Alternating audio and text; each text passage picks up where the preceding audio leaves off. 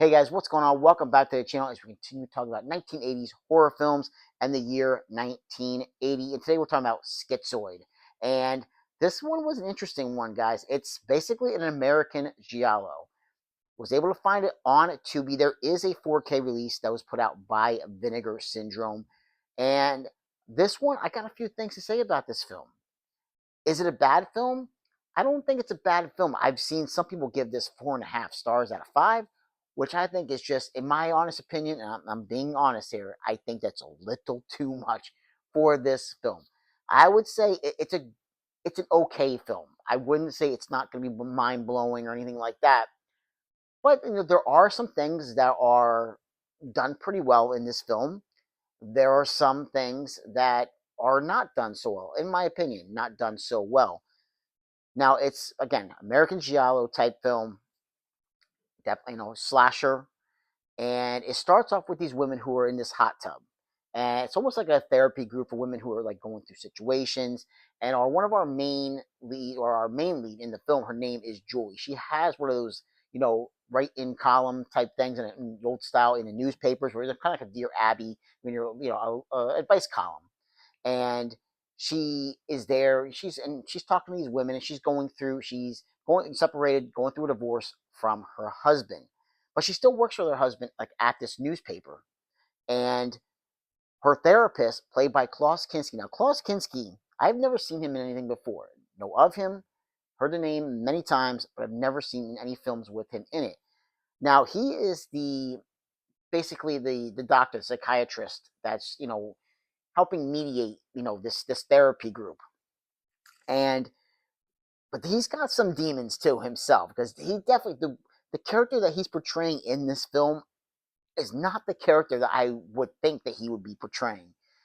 He has lost his wife. He has his daughter, his teenage daughter. I think she's teenage. I don't know if she's really like a late teen or like early 20s, but she wants nothing to do with her father. She kind of like blames her father for her mother's death, even though her mother says her mother died of cancer. She is blaming him, saying that he didn't do enough to save her. And of course, once Klaus Kinski is kind of like getting involved with Julie, who is again the woman who has this column, who is separated and going through this divorce from her husband. So there's many moving parts to this film. Klaus Kinski also, it's not just her that he's going after. There's other women involved in this film, and Mr. Kinski, who I've heard some things about this guy that possibly though it kind of ties in and makes sense to his character in this film. But we are trying to figure out who is the killer in this film. This killer is going around, and like right at the beginning, like I said, you see these women. So this is not a spoiler, guys. Right at the beginning, these women again in this hot tub, and somebody is photographing them. They're hiding, but they're taking photographs of these women. And of course, they are going to be the ones that are hunted by this killer. The killer's weapon of choice: scissors. So that is an interesting weapon of choice right there to, hunt down the killer's prey. And this one it did kind of leave me guessing. At first, I kind of was thinking, okay, I kind of see where they're going. I think I know who the killer is going to be, but I'm not quite sure yet. And there are some twists and turns. There are a few red herrings that are thrown in there, including Christopher Lloyd. Yeah, Doc Brown himself in a very early role. And it's so weird seeing him so young in this film. It's absolutely crazy seeing Christopher Lloyd so young in this film. But he's kind of thrown in there with a red herring. Like I said, you have Klaus Kinski again, who's estranged from, basically from his daughter. They live together, obviously, but you see she wants something, again, nothing to do with her father. And there's some weird things going on there, too. Like that whole situation with him and his daughter, some weird things. His daughter definitely is a little unhinged. Now, we also meet Julie's ex-husband, who, again, works at the paper with her. He's a character all upon to himself. He's an interesting guy too. Very a little out there. So there's some out there characters in this film, and you're trying to figure out, okay, who is it going to be? Like I said, this film definitely tries to plant many red herrings throughout. The kills are not bad. The kills are pretty good. Standard, not, I wouldn't even say this film is overly gory. Yes, there is some blood, but it's not overly gory. One thing that I will say is it's only about an hour and a half. The first half hour, we get a few kills. We get a half hour after that with no kills. So it definitely drags a little bit there, but not too much because we're learning more about the characters. We're getting away from the killer element of it and learning more about the different characters and the different dynamics about them.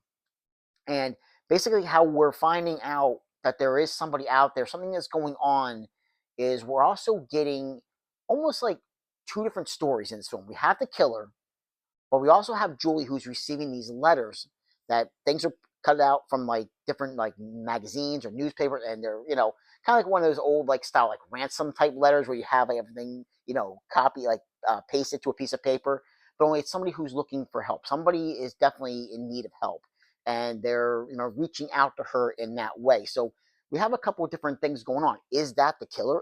Is the killer sending her these letters? Is the killer somebody completely different? We don't know. So it's definitely trying to dangle little strings here and there, which it's up to you to kind of figure out you know who you think the killer is going to be. Like I said, I kind of figured it out, but then it made me completely think something different later on in the film, which I think is good. I think it wants you. A good film is going to keep you guessing. But again, this one I think is it's an okay film. It's not going to blow your mind. It's not going to blow your socks off. It's not going to be the greatest film you've ever seen.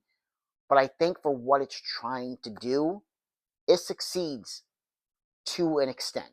But again, I think that Klaus Kinski, his character, there's just something about I'm having a hard time seeing seeing him visually and seeing the way he acts in this film at times.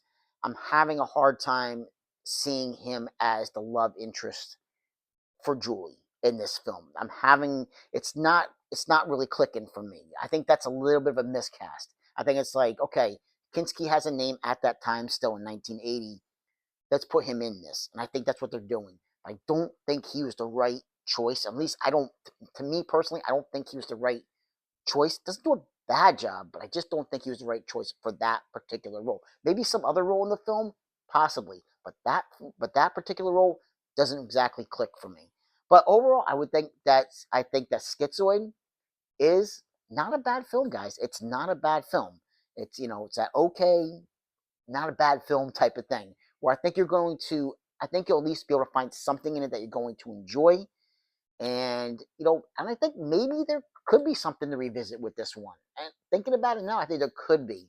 You're definitely going to be able to pick out certain little things here, little details when you're watching the film. Like, okay, like they're just dropping little hints, little clues here and there. The more you think about it, like I said, it's an okay, not a bad film, and I think you guys can have some fun with it. At least one time view to see, in 1980 what they were trying to do as far as bringing having an American giallo. I think that's a really cool concept. So, guys, like, subscribe, and comment if you get the chance, and I'll catch you in another episode. Take care.